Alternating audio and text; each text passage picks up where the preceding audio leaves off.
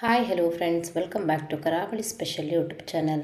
ಇವತ್ತು ನಾನು ಮಂಡಕ್ಕಿ ಅಥವಾ ಕಡಲೆಪುರಿಯನ್ನು ಯೂಸ್ ಮಾಡಿಕೊಂಡು ದೋಸೆ ಮಾಡೋದು ಹೇಗೆ ಅಂತ ಹೇಳ್ಕೊಡ್ತಾ ಇದ್ದೀನಿ. ಈ ದೋಸೆ ತುಂಬಾ ಸಾಫ್ಟಾಗಿ ಇರುತ್ತೆ ಮತ್ತು ಈಸಿಯಾಗಿ ಇದನ್ನು ಮಾಡ್ಕೊಳ್ಬೋದು. ಈ ದೋಸೆಯನ್ನು ಮಾಡೋದಕ್ಕೆ ಇವಾಗ ನಾನಿಲ್ಲಿ 1 ಕಪ್ ಆಗುವಷ್ಟು ಮಂಡಕ್ಕಿಯನ್ನು ಮಿಕ್ಸಿ ಜಾರಿಗೆ ಹಾಕ್ಕೊಳ್ತಾ ಇದ್ದೀನಿ. ಮಂಡಕ್ಕಿಯನ್ನು ರುಬ್ಕೊಳ್ಳುವಾಗ ಮಂಡಕ್ಕಿ ಚೆನ್ನಾಗಿ ಕ್ರಿಸ್ಪಿಯಾಗಿ ಇರಬೇಕು. ಕ್ರಿಸ್ಪಿಯಾಗಿದ್ರೇ ಪೌಡ್ರು ಚೆನ್ನಾಗಿ ಬೇಗ ಆಗುತ್ತೆ. ಇನ್ ಕೇಸ್ ಮಂಡಕ್ಕಿ ಸಾಫ್ಟ್ ಏನಾದರೂ ಇದ್ದರೆ ಅದನ್ನು ತವಾದ ಮೇಲೆ ಫ್ರೈ ಮಾಡಿ ನಂತರ ಕೂಡ ಯೂಸ್ ಮಾಡ್ಬೋದು. ಇವಾಗ ಮಂಡಕ್ಕಿಯನ್ನು ಪೌಡ್ರ್ ಮಾಡ್ಕೊಂಡಿದ್ದಾಗಿದೆ. ಈ ಥರ ನೈಸಾಗಿ ಪೌಡ್ರ್ ಮಾಡಿ ರೆಡಿ ಮಾಡಿ ಇಟ್ಕೊಂಡಿದ್ಮೇಲೆ ಇವಾಗ ಇದೇ ಮಿಕ್ಸಿ ಜಾರಿಗೆ ಮಂಡಕ್ಕಿಯನ್ನು ತಗೊಂಡಿದ್ದಂಥ ಸೇಮ್ ಕಪ್ನ ಅಳತೆಯಲ್ಲಿ ಅರ್ಧ ಕಪ್ ಆಗುವಷ್ಟು ಚಿರೋಟಿ ರವೆಯನ್ನು ಹಾಕ್ಕೊಳ್ತಾ ಇದ್ದೀನಿ. ಚಿರೋಟಿ ರವೆ ಅಂದರೆ ಚಿಕ್ಕ ರವೆ, ಅಂದರೆ ಉಪ್ಪಿಟ್ಟಿಗೆ ಯೂಸ್ ಮಾಡುವಂಥ ರವೆಯನ್ನು ಹಾಕ್ಕೊಳ್ತಾ ಇದ್ದೀನಿ. ಮತ್ತು ಇದರ ಜೊತೆಯಲ್ಲಿ ಇದಕ್ಕೆ 1/4 ಕಪ್ ಆಗುವಷ್ಟು ಮೊಸರನ್ನು ಸೇರಿಸ್ಕೊಳ್ತಾ ಇದ್ದೀನಿ. ಇದರ ಜೊತೆಯಲ್ಲಿ ರುಬ್ಬೋದಕ್ಕೆ ಸ್ವಲ್ಪ ನೀರನ್ನು ಸೇರಿಸ್ಕೊಂಡು ಇದನ್ನು ನೈಸಾಗಿ ರುಬ್ಬಿಟ್ಕೊಳ್ತಾ ಇದ್ದೀನಿ. ಅಂದರೆ ದೋಸೆ ಹಿಟ್ಟಿನ ಹದದಲ್ಲಿ ಇದನ್ನು ರುಬ್ಕೊಂಡ್ರೆ ಸರಿಯಾಗುತ್ತೆ. ಇವಾಗ ರುಬ್ಬಿದ್ದಾಗಿದೆ. ಈ ಥರ ನೈಸಾಗಿ ರುಬ್ಕೊಂಡಿದ್ಮೇಲೆ ಇವಾಗ ಇದನ್ನು ಒಂದು ಪಾತ್ರೆಗೆ ಹಾಕ್ಕೊಳ್ತಾ ಇದ್ದೀನಿ. ನಂತರ ಇದಕ್ಕೆ ರುಚಿಗೆ ತಕ್ಕಷ್ಟು ಉಪ್ಪನ್ನು ಸೇರಿಸ್ಕೊಂಡು ಇದನ್ನು ಚೆನ್ನಾಗಿ ಮಿಕ್ಸ್ ಮಾಡ್ತಾಯಿದ್ದೀನಿ. ಒಂದು 5 ನಿಮಿಷ ಇದನ್ನು ಈ ಥರ ಚೆನ್ನಾಗಿ ಮಿಕ್ಸ್ ಮಾಡಬೇಕು. ನಂತರ ಪ್ಲೇಟನ್ನು ಮುಚ್ಚಿ ಒಂದು 10 ನಿಮಿಷ ಇದನ್ನು ಹಾಗೆ ಬಿಟ್ಟು ನಂತರ ಇದನ್ನು ಮಾಡಬೇಕು. ಆ ಥರ ಮಾಡೋದ್ರಿಂದ ಮಂಡಕ್ಕಿ ಮತ್ತು ರವೆ ಎಲ್ಲ ನೀರಿನ ಜೊತೆ ಚೆನ್ನಾಗಿ ಹೊಂದ್ಕೊಂಡು ಹಿಟ್ಟು ಕೂಡ ಚೆನ್ನಾಗಿ ಬರುತ್ತೆ. ಹಿಟ್ಟು ಈ ಹದದಲ್ಲಿ ಇದ್ರೇ ದೋಸೆ ಚೆನ್ನಾಗಿ ಮಾಡೋದಕ್ಕಾಗುತ್ತೆ. ಇವಾಗ ನಾನು 10 ನಿಮಿಷದ ನಂತರ ಪುನಃ ಇದನ್ನು ಓಪನ್ ಮಾಡ್ತಾಯಿದ್ದೀನಿ.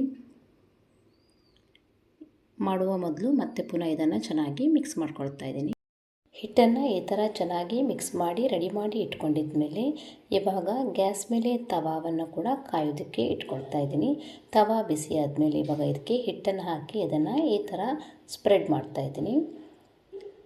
ದೋಸೆಯನ್ನು ತುಂಬ ತೆಳುವಾಗಿಯೂ ಸ್ಪ್ರೆಡ್ ಮಾಡಬಾರ್ದು, ಹಾಗಂತ ತುಂಬ ದಪ್ಪವಾಗಿಯೂ ಸ್ಪ್ರೆಡ್ ಮಾಡ್ಕೊಳ್ಬಾರ್ದು. ಮೀಡಿಯಮ್ ಆಗಿ ಇದನ್ನು ಈ ಥರ ಸ್ಪ್ರೆಡ್ ಮಾಡಿಕೊಂಡ್ರೆ ಸರಿಯಾಗುತ್ತೆ. ಗ್ಯಾಸನ್ನು ಮೀಡಿಯಮ್ ಟು ಹೈ ಫ್ಲೇಮ್ನಲ್ಲಿ ಇಟ್ಕೊಂಡು ಇದನ್ನು ಬೇಯಿಸ್ಕೊಳ್ತಾ ಇದ್ದೀನಿ. ಇದು ಈ ಥರ ಬೇಯ್ತಾ ಇರುವಾಗ ಮೇಲ್ಗಡೆ ಇದಕ್ಕೆ ಇವಾಗ ತುಪ್ಪವನ್ನು ಹಾಕ್ಕೊಳ್ತಾ ಇದ್ದೀನಿ. ತುಪ್ಪ ಆಪ್ಷನಲ್ಲು, ಬೇಕಿದ್ದರೆ ಮಾತ್ರ ಯೂಸ್ ಮಾಡ್ಬೋದು. ಬಟ್ ತುಪ್ಪವನ್ನು ಯೂಸ್ ಮಾಡಿಕೊಂಡ್ರೆ ತಿನ್ನುವಾಗ ಚೆನ್ನಾಗಿರುತ್ತೆ. ಇದು ಈ ಥರ ಒಂದು ಸೈಡು ಬೆಂದಿದ ಮೇಲೆ ಇದನ್ನು ತಿರ್ಸಿ ಹಾಕಿ ಇನ್ನೊಂದು ಸೈಡ್ ಕೂಡ ಬೇಯಿಸ್ಕೋಬೋದು. ಇಲ್ಲಾಂದರೆ ಒಂದೇ ಕಡೆ ಕೂಡ ಕ್ರಿಸ್ಪಿಯಾಗಿ ಬೇಯೋ ಥರ ಬೇಯಿಸ್ಕೊಂಡು ನಂತರ ಕೂಡ ಇದನ್ನು ತೆಗಿಬೋದು. ನಾನಿವಾಗ ಈ ದೋಸೆಯನ್ನು ಒಂದೇ ಕಡೆ ಬೇಯಿಸ್ಕೊಂಡು ತೆಗಿತಾ ಇದ್ದೀನಿ. ನಂತರ ಇವಾಗ ಇನ್ನೊಂದು ದೋಸೆಯನ್ನು ಕೂಡ ಮಾಡಿ ತೋರಿಸ್ತಾ ಇದ್ದೀನಿ. ಹಿಟ್ಟನ್ನು ರುಬ್ಕೊಳ್ಳುವಾಗ ನೈಸಾಗಿ ಇದನ್ನು ರುಬ್ಕೊಂಡ್ರೆ ಆಯಿತು. ಬೇರೆ ದೋಸೆ ಹಿಟ್ಟಿನ ಥರ ಹಿಂದಿನ ದಿನವೇ ಇದನ್ನು ರುಬ್ಬಿ ಇಡಬೇಕಂತಿಲ್ಲ. ದೋಸೆಯನ್ನು ಮಾಡುವ ಮೊದಲು ರುಬ್ಬಿದ ಮೇಲೆ ಒಂದು 5ರಿಂದ 10 ನಿಮಿಷ ಇದನ್ನು ಬಿಟ್ಟು ನಂತರ ಮಾಡಿದರೆ ಆಯಿತು. ತುಂಬಾ ಕ್ವಿಕ್ಕಾಗಿ ಮತ್ತು ಈಸಿಯಾಗಿ ಇದನ್ನು ಮಾಡ್ಕೊಳ್ಬೋದು. ಇವಾಗ ಈ ದೋಸೆ ಒಂದು ಕಡೆ ಬೆಂದಿದ ಮೇಲೆ ತಿರ್ಸಿ ಹಾಕಿ ಇನ್ನೊಂದು ಕಡೆ ಕೂಡ ಇದನ್ನು ಒಂದು 2ರಿಂದ 3 ಸೆಕೆಂಡ್ಗಳ ಕಾಲ ಬೇಯಿಸ್ಕೊಳ್ತಾ ಇದ್ದೀನಿ. ಇದು ಈ ಥರ ಇನ್ನೊಂದು ಸೈಡ್ ಕೂಡ ಬೆಂದಿದ ಮೇಲೆ ಪುನಃ ತಿರ್ಸಿ ಹಾಕ್ತಾಯಿದ್ದೀನಿ. ಇದನ್ನು ಇಷ್ಟು ಬೆಂದರೆ ಸಾಕಾಗುತ್ತೆ. ಇವಾಗ ಇದನ್ನು ತೆಗಿತಾ ಇದ್ದೀನಿ. ಬೆಳಿಗ್ಗೆ ಬ್ರೇಕ್ಫಾಸ್ಟ್ಗಾದರೂ ಈ ದೋಸೆಯನ್ನು ಮಾಡ್ಕೊಳ್ಬೋದು, ಇಲ್ಲಾಂದರೆ ಈವ್ನಿಂಗ್ ಸ್ನ್ಯಾಕ್ಸ್ ಟೈಮಲ್ಲಿ ಕೂಡ ಇದನ್ನು ಮಾಡ್ಕೊಂಡು ತಿನ್ಬೋದು. ಇವತ್ತು ನಾನು ಹೇಳ್ಕೊಟ್ಟಿರುವ ಮಂಡಕ್ಕಿ ದೋಸೆ ರೆಸಿಪಿ ನಿಮಗೆ ಇಷ್ಟ ಆದರೆ ಲೈಕ್ ಕೊಡೋದನ್ನು ಮರಿಬೇಡಿ. ಈ ಥರ ಈಸಿಯಾಗಿ ಮತ್ತು ಸಿಂಪಲ್ಲಾಗಿ ಮಾಡ್ಬೋದಾದಂಥ ಮಂಡಕ್ಕಿ ದೋಸೆಯನ್ನು ನೀವು ಕೂಡ ಟ್ರೈ ಮಾಡಿ ಹೇಗೆ ಬಂದಿದೆ ಅಂತ ನನಗೆ ಕಮೆಂಟ್ ಮಾಡಿ ತಿಳಿಸಿ. ನನ್ನ ಚಾನಲ್ನ ಸಬ್ಸ್ಕ್ರೈಬ್ ಮಾಡ್ಕೊಂಡಿಲ್ಲ ಅಂದರೆ ಇವಾಗಲೇ ಸಬ್ಸ್ಕ್ರೈಬ್ ಮಾಡ್ಕೊಳ್ಳಿ. ಹಾಗೆ ಪಕ್ಕದಲ್ಲಿರುವ ಬೆಲ್ಲೈಕನ್ನು ಕೂಡ ಪ್ರೆಸ್ ಮಾಡಿ. ಬೆಲ್ಲೈಕನ್ನ ಪ್ರೆಸ್ ಮಾಡೋದ್ರಿಂದ ನಾನು ನೆಕ್ಸ್ಟ್ ಯಾವುದಾದ್ರೂ ಹೊಸ ವೀಡಿಯೋಗಳು ಹಾಕಿದಾಗ ನಿಮಗೆ ನೋಟಿಫಿಕೇಷನ್ ಬರುತ್ತೆ. ನನ್ನ ಚಾನಲ್ನ ಹೀಗೆ ನೋಡ್ತಾ ಇರಿ. ನನ್ನ ರೆಸಿಪಿಗಳನ್ನು ಫ್ಯಾಮಿಲಿ ಮತ್ತು ಫ್ರೆಂಡ್ಸ್ ಜೊತೆ ಕೂಡ ಶೇರ್ ಮಾಡಿ. ಮುಂದಿನ ವೀಡಿಯೋದೊಂದಿಗೆ ಮತ್ತೆ ಸಿಗ್ತೀನಿ. Thank you for watching.